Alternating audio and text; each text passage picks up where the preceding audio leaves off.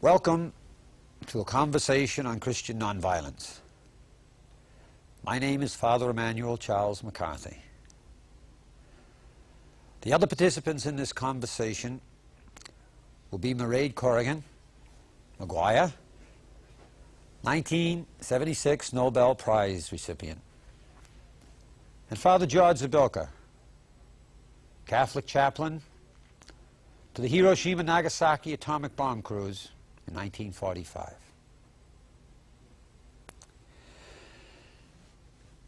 This conversation we felt was important because this is a seldom discussed topic publicly among Christians.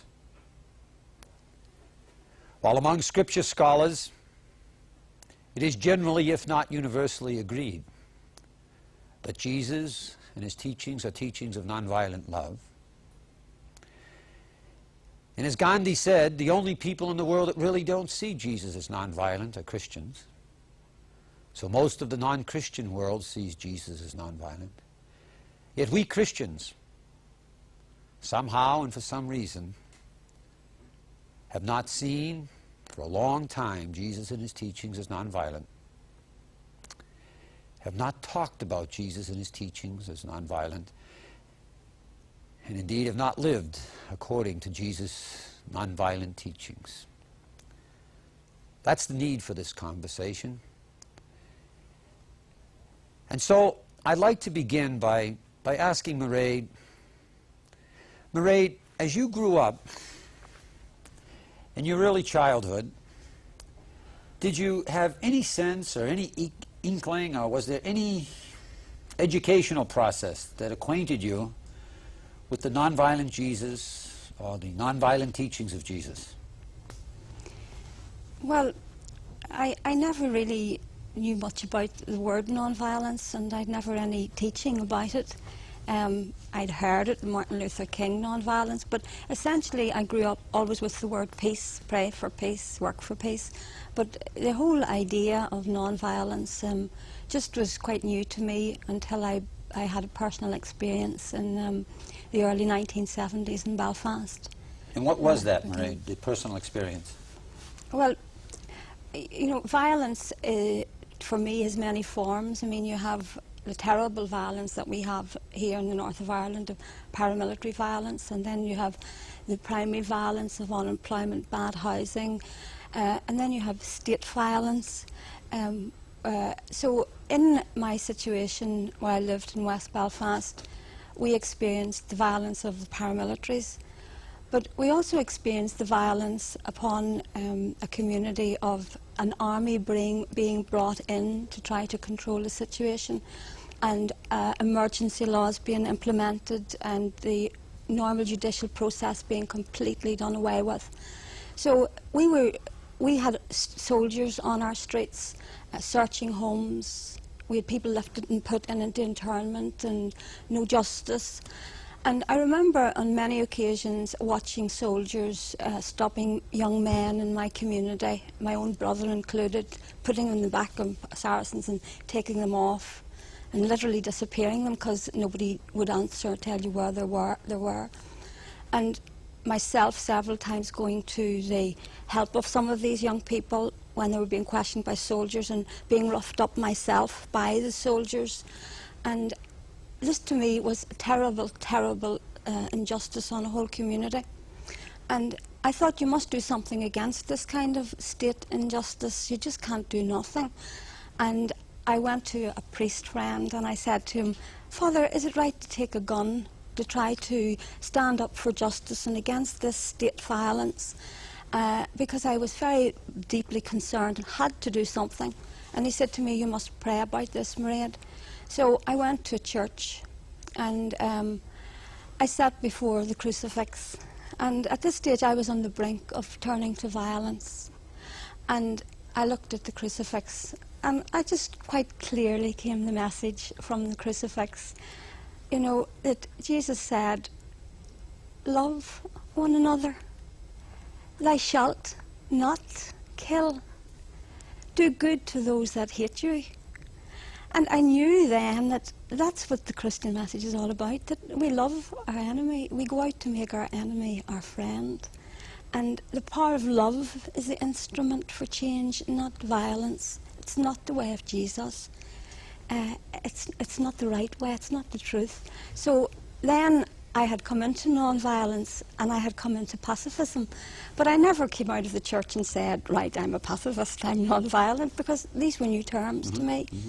So a few years later, when I met a friend and the peace people started, and we began to talk about nonviolence, and I began to learn more and more this beautiful, beautiful message, the theology, the spirituality, beautiful message of nonviolence.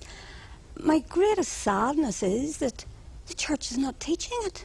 Nobody knows anything about it. And But that's you a came tragedy. to it. You came to it not through any formal theology, just in front of the cross, struggling with a terrible situation and trying to honestly find out what you as a follower of Jesus should do. Yes. It was like an experience, I guess, huh? Right there and then. I came to it by going into a quiet place and just asking, what would Jesus do? What would Jesus do? And I mean, that's all. Every Christian must ask, what would Jesus do? And the answer is quite simple. Jesus said, thou shalt not kill. So I think the theologians and all this just war nonsense, they've complicated it for the people. They've complicated it for ordinary people because we think, well, if the church says there's just war, well, maybe there is a just war. And we don't bother to read about it. We accept what the church says because the church knows best. But really, we should go to God ourselves and say, what would Jesus do? Father Zabelka, we heard how Mairead came to her initial understanding of a possibility that Christ's teachings, the teachings of nonviolent love, and we heard that in the beginning this notion of nonviolence was not part of her education, formal education. What about yourself? How did you begin? How did this thought first enter into your mind? I suppose I should ask, what about your own early years? Was there any thought of it there?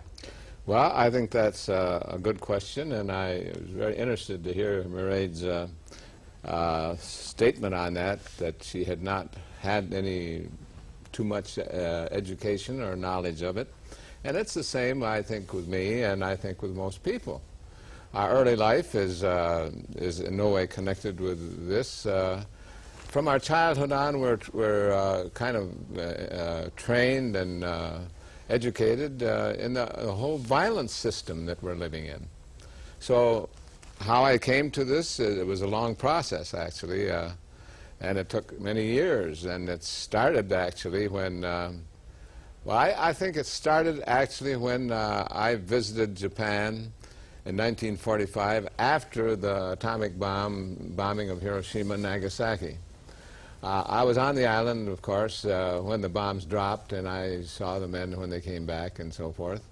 But for them, it was just a target, and they did a beautiful job in that way. But I went an occupation into Japan, and we visited Hiroshima and Nagasaki within 2 months, 3 months after the bomb dropped. And we saw the devastation, but everybody has seen the physical devastation of those cities on TV and different places. But I went around in the periphery of those two cities and visited the centers, the medical centers, where there were still little children, women, old people lying on the pallets, horribly burned, scarred, faces, some of them with their eyes out, burned out. And I think this was the beginning, although it wasn't the total, because I went for years after that trying to forget the war, as many soldiers do. And I think the second phase was during the civil rights days in the United States. I was in an inner city parish in Flint, Michigan, automobile town. People were coming in, the blacks were coming in. And I think most people know about the riots in Detroit, and they were happening in the Flint area too. And I was a great admirer of Martin Luther King, who was nonviolent in all of his actions during this time, despite all of the terrible things that were happening to the blacks, inhuman things, beatings and so forth. And so that was the second phase. And then I think from that I began to kind of to pay more attention to my sermons and the reading of the scriptures and the Sermon on the Mount, and Jesus saying very clearly in the Sermon on the Mount, love your enemies, don't hate them, repay evil with good, do good to those that hate you and persecute you and so forth. And so then from that, I think meditations, I went through, I think, a trial period in which I was really struggling with this, because something had been wrong right from the beginning when I saw those charred remains of those little children. They didn't have anything to do with the war. They had nothing to do with it. There's a worm that squirmed through my stomach for 20, 25, 30 years. And I'd like at this time publicly to thank you, because you came in just at the time that I was struggling with this, and you helped me to really come to this theological understanding of nonviolence the way Jesus taught it, and the background of it and all of that. So I think for 20, 25 years I was still in the military mindset, and then since then, 15 years, I've been totally convinced that Jesus' way of peace is the way that we have to follow if we're going to get peace, because we're in a critical situation in the whole world today with thousands of atomic weapons that are threatening us. Well, you know, it's kind of interesting because you and Mairead have two different approaches to it, how you came to it. And I came to it in a third way, which was basically, I was brought up an Irish Catholic in Boston, and we did all the things that are proper for Irish Catholics to do in the 1940s and 50s, and proper and good, huh? The Mass with the daily Mass and the Rosary with Cardinal Cushing on the radio at 6:45, and benediction on Sunday. Cardinal Cushing blessed my chalice before I went overseas as a chaplain. Yes. And of course, you know, that's the whole feeling was all Catholic. We all know what we mean. There was no. I knew one Protestant family in my whole life, the first 18 years, and those folks were known as the Protestants. That's how closed it was, but it was a total Catholic environment. Oh, yes. Nothing particularly bad or particularly good about it. It was just the Catholicism of the day. And of course, there wasn't a thought of nonviolence. Nonviolence was a non-thought. Mm-hmm. In all honesty, the best thing you could be in that world was a priest, mm-hmm. and the second best thing you could be was a Marine. A Marine, a soldier. A soldier. That's right, yeah. So, everything was like that until I went away to university, mm-hmm. and began to read Scripture for the first time by myself, especially the Gospels and the New Testament. And all of a sudden there was this tremendous dissonance between what I had learned about violence, and kind of the ethos of the community I lived in, and what was on the pages of the Gospel. Mm-hmm.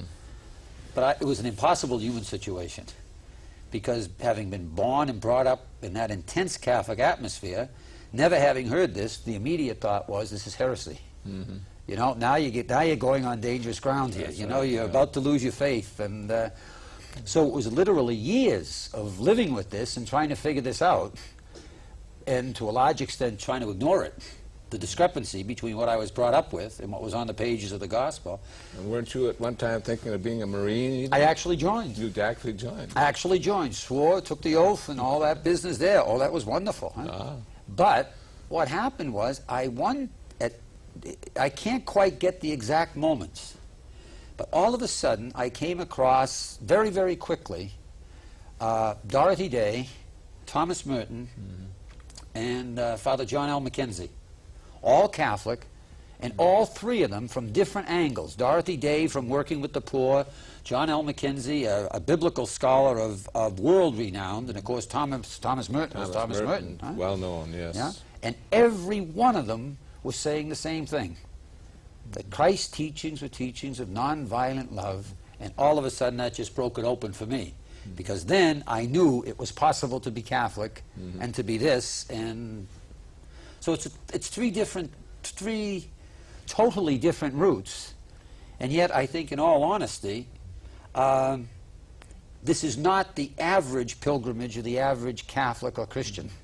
They never come across. They never have the experience in front of the cross that you had. the whole series of events that you went through are these. So the question I guess I'd have, Mairead, is this. In your relationship with the church, and by the church I mean, of course, it would have to be primarily Catholic, because that's the community that you belong to, but I also mean the larger church, Orthodox and Protestant, the universal church also. How do you relate as a Catholic, or as a Christian, let's put it that way, how do you relate as a Christian who believes Jesus' teachings of nonviolence to a Christian community that for the most part, maybe 90–95%, rejects that? How do you live with that? How do you work with that? Well, you see, I wouldn't accept your analysis that 90–95% of the Christian community reject nonviolence. I think, Father, that 95% have never really been, never had the opportunity to learn about nonviolence. I mean, you go into some of the communities here in Belfast, right across the different churches, and even beyond the churches, those who don't profess Christianity, and you have people there who know in their heart it is wrong to kill, who spend a great deal of their time in praying and praying for their enemies, but they don't really have known nonviolence because they've never come into a situation where people have helped to explain it to them. And so what we have got to do, we have got to say to the churches, all of the churches, provide us with ministers who know the theology and spirituality of nonviolence so that they can teach the people who already in their heart are at nonviolence. You see, I really, previous to this experience, knew about love and knew about peace. And in a sense, the experience and meeting somebody later on, like Kieran McKeown, the co-founder of the Peace People, who's committed to non-violence, who helped me read and articulate it more. So that's what we need. We need the churchmen, especially the spiritual leaders, to be able to explain it in a bit more depth. And people, many people will say they're ripe for it. Of course I'm non-violent. I just never really understood it, and it was never explained. So I think we're at a stage where people will make that leap into it if they're helped more. But you see, just ministers and teachers and so forth, I think that the media also has a real opportunity to bring this idea, which is basic to Christianity, to the fore. It'd be a help to us. Well, I think it's really a valid point to say that indeed there probably wasn't explicit rejection versus just never hearing. Because I know myself, as I said, nonviolence was a non-thought, you know? On the other hand, you've been a priest for 40, how many years? 43 years. 43 years.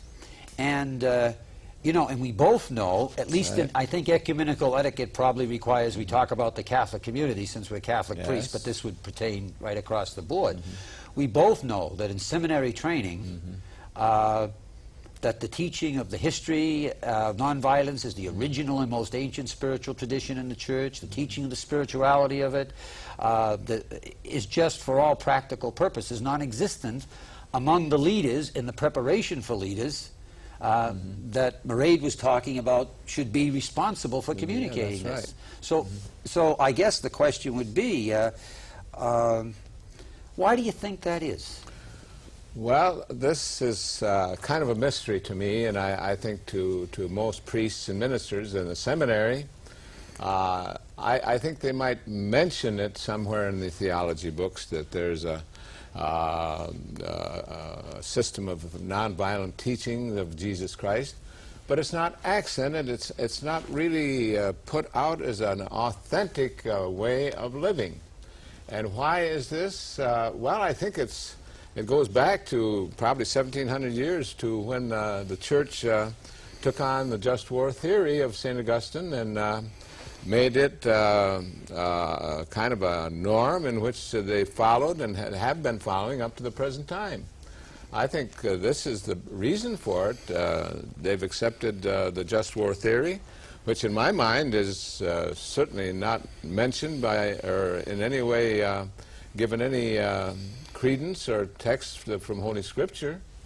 So I think this is something that today all the churches need to really look at, especially in our nuclear age, whether this theory of the just war is able to even be accepted and followed or in any way taken into life. I think this is where I think this is where the beginning, you asked where I thought was the reason in the seminaries. I think they accented that, and that we just accepted that as the normal way of following Christ. I know where I come from, which is Boston, Massachusetts, there is a marvelous consortium of theology schools where the students can interact and take courses in any one of them, called the Boston Theological Institute. And in the Boston Theological Institute, there are thousands of courses every year, and it's made up of Catholic, Orthodox, and Protestant theology schools, including Harvard Divinity and Holy Cross Orthodox and St. John's Seminary and Boston University, which is Methodist, and the Anglican Divinity School, Episcopal Divinity School.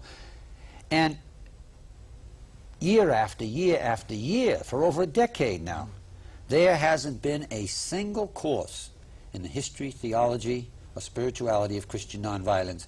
And that's preparation for leadership in all the churches. In all the churches. All the churches. And so it seems like we're in kind of a bind, you know, that if the leaders don't teach because they don't know, and those that teach the leaders don't teach the leaders to teach, it looks like a spiral down. And so I guess the question would be, you came to it, Mairead, in terms of not any formal theology at all. And I think what you say is right, that there's a goodness in the Christian heart that knows it's true, even though it's never had it articulated. Yeah. So I guess in terms of your work, like with the peace people, or your work as just a Christian in your parish or in your diocese or in the church in general, have you thought about maybe any other approaches instead of, you know, totally relying on the canonical Christian leadership to do this? Well, you see, I think really that it's up to us as individuals to rethink all our ideas, and it's a matter of trying to think in a new way, because obviously the world can't go on the way it's going. So we have to think, how can we live together without killing each other, you know, and to change people's thinking. To me, first, we try to live it out in our own lifestyle, and sort of living non-violently in our own lifestyle is really quite a severe challenge. I mean, I'm not a peaceful person, Father. I am not. I mean, I get up every morning and I just say, like, God, let me not shout at the kids today, and let me be peaceful, you know. So non-violence starts with every day waking up and trying to be a little bit kinder, a little bit more compassionate, and in the home, teaching it in the home with your children, teaching your children to have respect for life, respect for God's even wee creatures. I think you start with your child, teaching your child that something he's doing that he might think is a sport, you know, is actually cruel. Make him conscious that he doesn't think it's cruel, but it actually is cruel, so that that child grows up knowing that he doesn't want to be cruel to God's wee creatures, and that will go, he's not going to be cruel to a human person if he won't do it there, and so he's going to have that respect for all life, the creation, the creatures, each other. And I think too, a very important thing has been lost to us as Christians, because we are all special and made in the image of God. And I remember saying to a cardinal in Latin America, he had a beautiful cathedral and it was not decorated, it was bare. And I said to the cardinal, some of your parish here and your parishioners are very, very rich, Father, and I'm told they give you lots of money to decorate this cathedral. Why won't you decorate it? And he said to me, in the barrios you really have poverty. He said, real poverty. And he said, people are the temples of God. And as long as my people have no food, no houses, not the things that allow people to live fully dignified lives, I will clothe the temples of God, my people. Now, that is important. We are each the temple of God. And if we realise that, then I think we will have a respect for not only our own life, but for each other's lives, irrespective of whether they're what religious denomination or no denomination.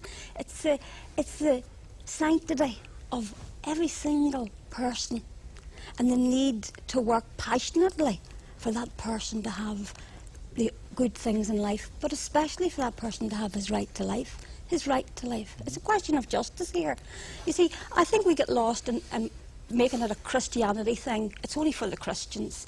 But I think maybe if we're waiting on the Christians to change this world, we need everybody.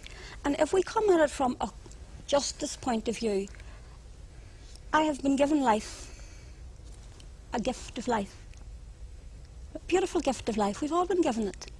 And when we've that right to life, and we respect our own right to life because no one has a right to take it, we will give justice to everyone beside us because they have a right to life and we've no right to take that life. So starting, I think, Father, from your own personal life, I think that's the only way that we can start. And you mentioned, you know, that this way of thinking has to change. And I recall that Albert Einstein, who I guess he was Jewish, but I don't think he had too much religion of any kind, he came out very clearly on that. He said, with the splitting of the atom, everything has changed but our way of thinking, and so we drift toward horrible catastrophe. Yeah. And I think this is why all people, not just Christians, but we as Christians certainly have a responsibility to the Christian world. Well, what I see in what you're saying, Mairead, is that we often focus, when we talk violence and nonviolence and Christian violence and non-Christian violence and so forth, we often focus on the terrible thing of the individual with the gun who shoots someone in a robbery, or the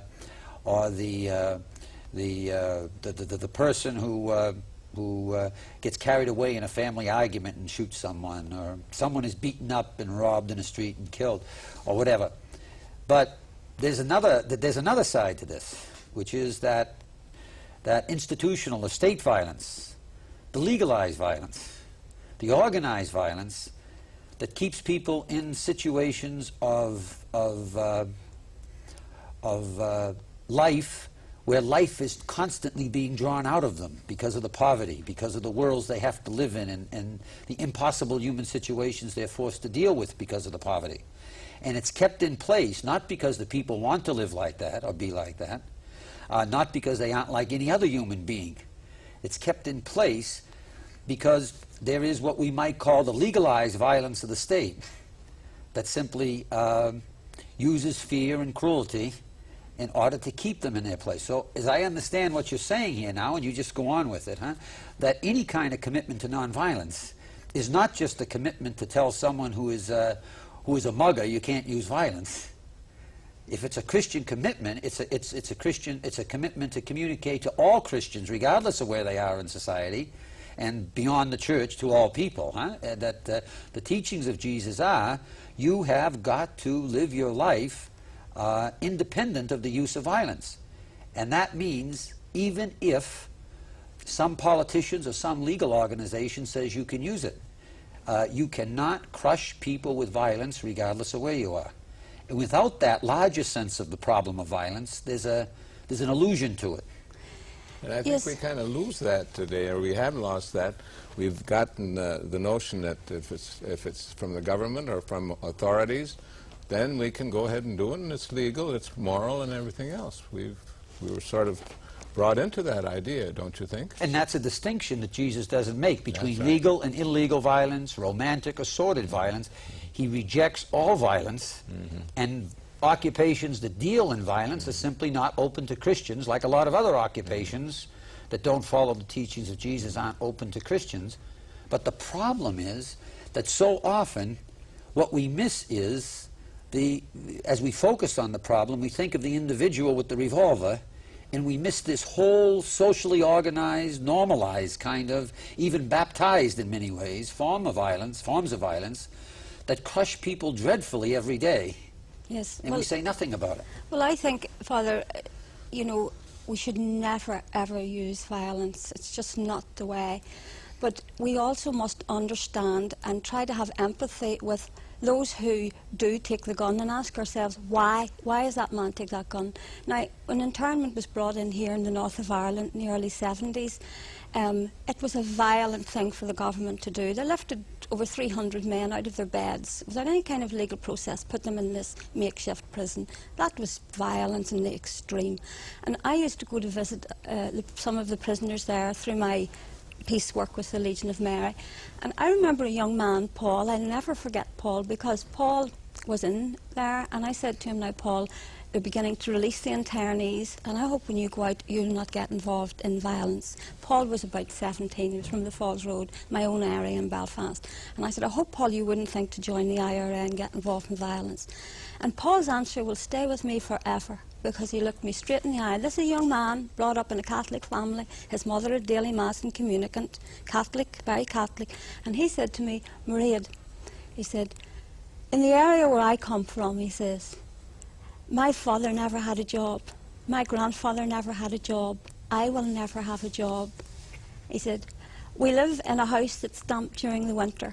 He says, my mother struggles to make ends meet. We have no political voice. We can't even have part of our political process. He says, while you go for a job and they ask you what you are you Catholic or a Protestant, he said, these are all violence, he says, and if I can't change that through any other way, I'll take the gun.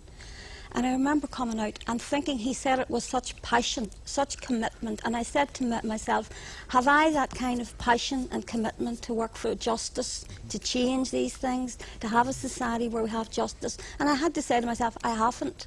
I'm a soft peacemaker. I mean, Paul was the violent man, I was very well, thank you. He was the violence, and I was all right. So Paul helped change my life. But do you know what happened to Paul? Paul was released about 3 months later. And he came out, and himself and a young girl driving a car down the Falls Road with a bomb in the back was blown to bits for what he passionately believed in. Now, I would say, you know, I'm glad Paul didn't plant that bomb and blow somebody else to bits. As many as a mother in Belfast has prayed that her son die before he kill anybody. Mm-hmm. I know a Catholic mother who knelt down and said, take my son before he kills anybody. And her son was killed. And she said, thanks be to God. Now that's the kind of faith among a lot of people here. So Paul died, but every time, I think unless we show that passion to work for social justice, then we have no right to point the finger at the Pauls. Well, we do know that Gandhi talked about that we were supposed to be, and nonviolence required us to have the discipline and the intelligence and the commitment and the zeal that the soldier has.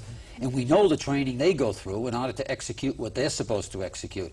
But so much of the peace movement and so much of the church, when it involves itself with peace and justice, it's kind of like a bake sale thing. It's you know, it's something that's done when there's time left over after the job and after all the other stuff. And these vicious and cruel and violent structures that are set up all over the world, North, South America, Latin America, Africa, Europe, and so forth, Asia, they're simply not amenable to kind of a meandering, part-time way of approaching this. Nonviolence, if we are at least to use Jesus or Gandhi or St. Francis as a model, Dorothy Day, is a very, very serious commitment with passion. And without it, we're lost. I mean, we're talking nonsense. You know, what we're saying is, we're saying to people who are in dire trouble, humanly, that you are supposed to practice nonviolence, and at the same time, the ones that are saying it aren't doing it themselves. Right. And then when the people don't practice the nonviolence they want, they use violence against them. That's right. And so the whole thing becomes one giant mess, because no one, for the most part, will simply take Jesus' straightforward teachings and follow all the logical implications from them. For example, that if I am for not using violence because I'm a follower of Jesus, then I have to work awfully hard to see to it that those people who are suffering under violence somehow get relief. That's what I use my life for. I simply social don't. Justice, right? Yes. Yeah. And I think that's becoming understood a little bit, that we have to use the same virtues, you might say, that there's required of the military, of obedience to Jesus Christ and his teachings, and willingness to undergo, in fact, that's one of the reasons for the fast, to help people really that have to sacrifice for peace, even give their life for peace and for social justice. And this is the power that I think can change this whole attitude. You were a chaplain for all those years, Father Zabelka, but in the process of being a chaplain, you saw men in military training going through the most severe kinds of human activity, mentally, right, physically, emotionally, in order to prepare to kill other human beings. Huh? You know, not only did they learn how to kick other human beings in the groin and break their face, but how to burn them with flamethrowers and shoot bullets through their heart and all that. Hand grenades. Hand and grenades. So forth, yes. Now, did it ever occur to you that your very presence there, without ever saying a word, simply gave a kind of Christian moral consent to that? Simply said to these fellas that this is all right, this is the way Jesus accepts that? Or whether to you or to the other chaplains? It seems bizarre, in other words, that you literally have hundreds or thousands of men around you, every one of them involved with learning how to be a killer. You're a Catholic priest, you're daily reading the gospel, you know, where Jesus says, love your enemy, do good, service, and so forth, and somehow the connection isn't made. How did that work with you? Well, it's just the way you mentioned it. It never seemed to come into our minds as chaplains that we were giving a blessing to these wonderful people. And I think soldiers are very idealistic and very patriotic and so forth, but they don't realize that in actuality the reason they're there is to learn how to kill with a bayonet, with a gun, with a knife, with a whatever, with hand grenades, and with dropping of bombs and so forth. They're paid professional killers. And yet, as you're asking me, no, I did not at that time, even as watching them on the firing range and so forth, and the target, which is kind of in a form of a human being, never, there it was. And they were firing at it. It was just accuracy that was required. They got a medal for accuracy. They got all these things.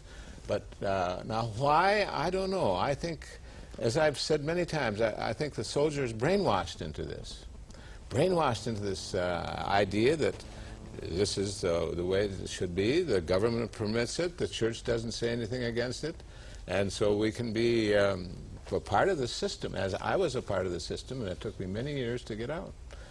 I don't know what we can do about it except to get in and with a strong voice somehow attempt to show all those who are planning to join the military that although that's glorious in many ways, they see strange lands and strange places, but underneath all of that they are paid professional killers. They are taught to kill. And the Marines and the others in their basic training shout, kill, kill, kill. So I think that's something we have to really work hard to change. I wonder, Mairead, just to use a hypothetical question, if the woman that you mentioned that prayed that her son would die before he killed anyone, now not talking about the woman in particular, but only using that as an example, I wonder would that same woman pray that her son would die before he killed anyone if he had joined the army? In other words, there really gets to be a kind of dichotomy in our minds that if the killing is legal, that is, if the politicians and the parliament approve it, somehow it's all right with God. And if the killing is somehow revolutionary, that's political revolutionary, somehow that's bad, terrible bad, and or if it's just a flare-up in the family where someone kills someone, that's terrible too. But we somehow have found a way of legitimatizing the organized, legalized violence of the state in a way that, indeed, I would imagine that maybe that woman and millions and millions, hundreds of millions of women like her all over the world, in men and so forth and so on, would not think the same kind of prayer if their son went into the army. Well, you see, you're right, Father, we do differentiate, and in the beginning of the Peace People, when we were up in Derry here in the north of Ireland, we were out talking to some young people at clubs, and this young person came over and he said to me, I don't know whether he was being sort of just trying to make himself look 6 foot tall. Right. He said to me, you know, I'm in the IRA. And I said to him, well, you know, Jesus said, thou shalt not kill, love your enemy. You're not a Christian. And he said, oh yes, I am a Christian. And he says, after all, there's such a thing as a just war, and the church blesses war, and I'm sure that young boy at that age, You know, right. so the church blesses war, Right. he says. And anyway, he says, sure, I figured it out, he says. If I get a gun, well, maybe I'll kill 1 policeman, 2 policemen, he says. But what about the Americans, he says, and they're blessing the Americans. And the Americans have all these nuclear bombs, and they're going to blow the world up if they feel like it. And the churches are blessing that too. They're talking about how many that can blow up. So he says, I'm right to go on with this. So you see, that young man kind of hits it on the head. Because what we've done, Father, we have put nationalism and our flags before our common humanity. You know, we can wave a wee flag and make an enemy out of, be it Russia or wherever it be, or be it Protestant or Catholic or the IRA, whatever. But what we've done, instead of seeing the beauty in each and every one of us, we have lost sight of that for this big coloured flag. And also we've put God below the flag. Even the churches do that. The churches are identifying with nationalism first and God some way down the line there. So we've got to reverse the process. I mean, I say, I stand for no flag. You know, flags have destroyed too many people. I mean, my brothers and sisters are around the world. I mean, the kids of Moscow are important to me. The kids dying in Ethiopia, just while we sit in the luxury of here, kids dying of starvation. Like, I mean, when my children grow up, I don't want them to say to me, Mummy, while we kids died of starvation, you did nothing. You know, because that's important. They are our brothers and sisters. We have a responsibility for a wider family. We can't afford to close our doors and say, right, I'm all right now, I'll take care of this little lot and I'm doing all right. We have a wider human family. Terrible, terrible suffering. Terrible, terrible suffering in our world. You see, in the peace movements, we fool ourselves. We say, oh, there's great hope. There's great hope. Everything's happening. We're doing all these wee projects. We are fooling ourselves. There's too many dying in our world, and there's too much cruelty, and we are fooling ourselves. So we have to passionately get out and everybody do something. Even the smallest person can do something. Do you think that perhaps we Christians, you talk about the commonality of all of us, do you think that we are really know what we're saying when we say the Our Father, the Lord's Prayer, when we say that word our? We're all children of God. We're all brothers and sisters. This is the thing that really has affected me for many years. Do we really mean our, in the sense that everybody is a child of God and therefore they are my brothers and sisters? Well, I think it's clear, you know, that what we wind up with is we wind up in a situation where if nationalism, as you say, is the first thing, and God is modified, Jesus is modified by the nationalism, instead of having the nationalism modified by Jesus. If the nationalism is what's on top, then what we perceive is, continuously throughout Christian history, then the enemy of the state becomes the enemy of God. Whereas what the Our Father says, the enemy of the state is a child of God, that the Christian is supposed to love as God loves him or her. Yeah.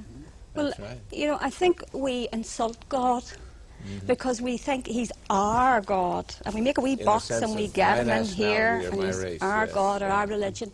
And, you know, the Holy Spirit, the Spirit of love, compassion, the Spirit is bigger than all of us. There are many paths to God. God works in his own mysterious way. He will not be controlled by us. You know, so I think that we must, there are many paths to God. We are all children of God. Isn't it interesting that the young man would say to you, well, the church teaches a just war, and therefore I can engage in a just revolution. Father Zabelka, when the boys come into the military, you know, I mean, in the United States, because that's what we know, we'll use that for an example. When they come in, and the chaplain's there, and they have all these courses on how to kill and so forth and so on, is there any systematic and orderly way that the chaplaincy, as you know it, simply presents to the, at least to the Catholic boys, the standards of the just war, how they are to be employed, how they are to judge, and if they're not met, an orderly process to get out of the combat situation where the war is unjust and therefore the killing is unjust and therefore murder. In other words, we often use the name just war, but do they actually teach it to the people, the recruits, the 18-year-old kids when they come in? Well, I don't know what they do now, but 43 years ago when I went to Chaplin School at Harvard in Boston, we had a 2 months or 3 months training there before we were assigned out. And we had all kinds of lectures, all kinds of assignments and so forth. I don't recall ever having a course on the just war, which I think should have been there, and all the requirements, because one of the strict requirements is not killing civilians. And this is what was happening in the bombing of not only Hiroshima and Nagasaki, but Tokyo, and with phosphorus firebombs in Europe, Dresden, and all these other places. No, I don't recall, and I suspect that they don't really have a course on what the just war means, because it's not just the Catholic. I think Protestant, Orthodox, all follow the same system. So I think somehow... I think you're right. I mean, I have never heard of chaplains in any nation preparing the boys as they come in to use these standards. As a matter of fact, if we're honest about it, that what governments do when they bring people into the military is they try to nurture them into unconditional obedience to commands. Unconditional obedience to their superior. That's right, rather than measuring against the church standard. And therefore, when the church allows this to go on, and the chaplaincy says nothing about it, all that can be expected is that it's right. That's right. To the 18-year-old. I think this is the same argument that this young man would have given you, that gave it to you. The same exact argument. The church accepts it, the just war theory, and this is certainly a just revolution, and therefore I can kill. Mairead, one of the unspoken aspects of violence, and of course one of the unspoken benefits of nonviolence, is the fact that nothing costs so dearly in this world as violence and war, in terms of destruction at all levels, the price in agony, and many, many other things that's paid. Do you often make that point, or do you work with that with people in terms of your work? Well, I think that we are becoming far more aware now that today young children will die of starvation, and that we have the financial resources to be able to solve these problems of hunger in our world just by transferring military budgets into giving a better life to some of these people, indeed a life. But you know, and here in the north of Ireland we know the cost of war also at a very personal level. I mean, today some young woman will be worried about her husband going out as a policeman, never to see him again. Or some young woman will be worried that maybe her son's getting involved in some organisation, never to see him again. And I think that personal cost of war should make people think again about fantasising and romanticising revolutions and killing.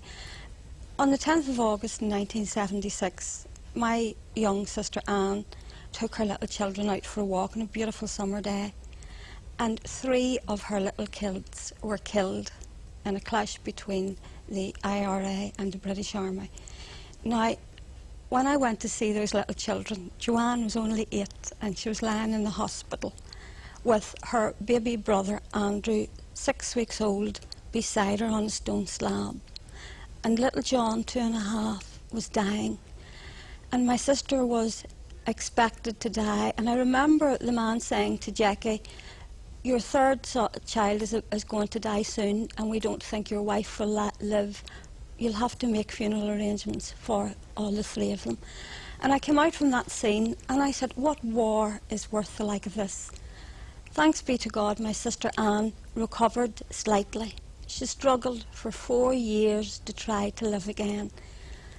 But on the 21st of January in 1980, she took her own life, and she died. It took her half an hour to die, Father, half an hour to die painfully. Now, I tell this story because that's the personal cost of war. So we've got to think on a personal, individual level. And if it's only for one person dying, then the cost of war is too high. It's a profound thought, it seems to me, Mairead, because we often talk in terms of war statistics, hundreds of thousands dying. In fact, everyone dies a miserable death, one person at a time, and one person going through untold agony with each death. It's a horrendous thing that we deceive ourselves about what the reality of it is with posters and propaganda. Certainly Father Zabelka, having been there at the really low point in some very way of this whole process where tens of thousands were killed instantly and hundreds of thousands maimed for life, and children maimed into the future and future generations. You've certainly reflected on the cost of violence to humanity. Well, I think that this, what Mairead said, is multiplied, but we've got to become conscious of the fact that every one of those people down there that were scarred and burned and with arms and legs and things disabled, every one of those went through in their families. If they were, should I say, lucky enough to survive.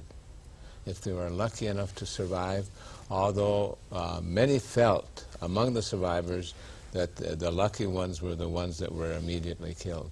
So I think this primarily is the cost of war, and the thing that really I think about quite often is today, with the nuclear weapons that we have, 50,000 and more, not only tens of thousands and hundreds of thousands, but millions and millions of people.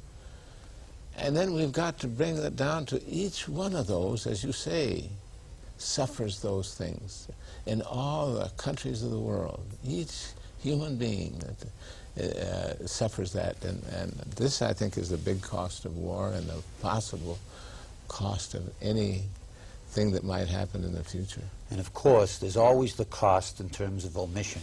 Right. That when the trillions of dollars a year are spent in war, all the money that is not going into cancer research, multiple sclerosis, the feeding of the one person who dies every 9 seconds from starvation, the misery piled on misery. So kind of like Pope Paul VI said, that the arms race is a totally diabolical trap, because even if the weapons are never used, they've already killed by misapplying funds. Right. This is one of the terrible things. And that's why we, I think, must start, all of us, and I don't mean just us three, I mean all the people of the world, must really do something for peace, do something to destroy this horrible thing that is threatening all of us. Our time has come to the end for this conversation on Christian nonviolence with Mairead Maguire. I thank you, Mairead, for coming. Thank you, Father. Being here, for your wisdom. And for Father George Zabelka.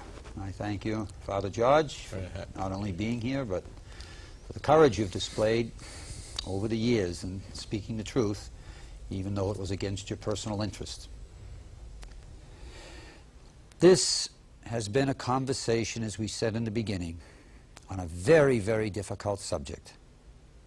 Difficult because the fact of the matter is, deep in the heart of Christianity, it is known that Jesus and his teachings are teachings of nonviolent love. And deep in the heart of Christianity, it is known by both leadership and by people that there is a terrible, terrible betrayal going on. That country after country, nation after nation, century after century, we have been illicitly, wrongly modifying the teachings of Jesus in order to cater to politicians, in order to pamper to those feelings and that kind of power that Jesus rejected. We know that many, many years ago, Gandhi, when told by an English bishop that indeed Jesus' teachings were teachings of nonviolence, but that his people weren't ready for it. Gandhi said, looking gently into his eyes, "Are you quite sure that it's the people who are not ready? The time has come to be terribly, terribly honest because of the terrible, terrible pain which Christian violence has brought and is bringing into the world. The truth is, Jesus Christ authorized no one to substitute violence for Christic love."